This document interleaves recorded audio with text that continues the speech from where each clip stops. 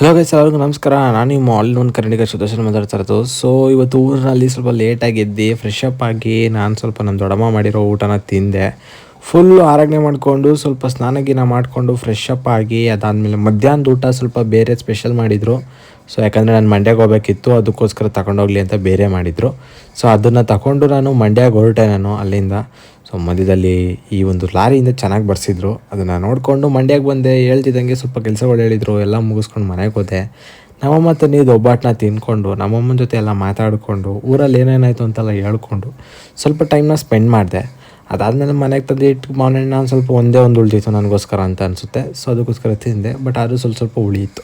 ಅದಾದಮೇಲೆ ನನ್ನ ತಂಗಿಗೆ ಗೊತ್ತಿಲ್ಲದಂಗೆ ಅವಳಿಗೆ ಒಂದು ವೀಡಿಯೋ ಮಾಡಿ ಅದನ್ನು ಕ್ಯಾಪ್ಚರ್ ಮಾಡಿದ್ದು. ಸೊ ಇನ್ನೂ ಒಕ್ಕರು ಪೆಕ್ರಂಗೆ ಆಡೋಳೆ, ಬಟ್ ಅದೆಲ್ಲ ವೀಡಿಯೋ ಆಗಿಲ್ಲ. ಸೊ ಅದಾದಮೇಲೆ ಊರಿಂದ ತಂದಿದ್ದು ಸಾಂಬಾರು, ಮನೇಲಿ ಮಾಡಿದ್ದು ಮುದ್ದೆ, ಅನ್ನ ತಿಂದ್ಕೊಂಡು ಮಲ್ಕೋತಾ ಇದ್ದೀನಿ. ಸಬ್ಸ್ಕ್ರೈಬ್ ಮಾಡ್ಕೊಳ್ಳಿ. 1K ರೀಚ್ನ ಅಷ್ಟು ಬೇಗ ಮಾಡಿ. ಬಾಯ್.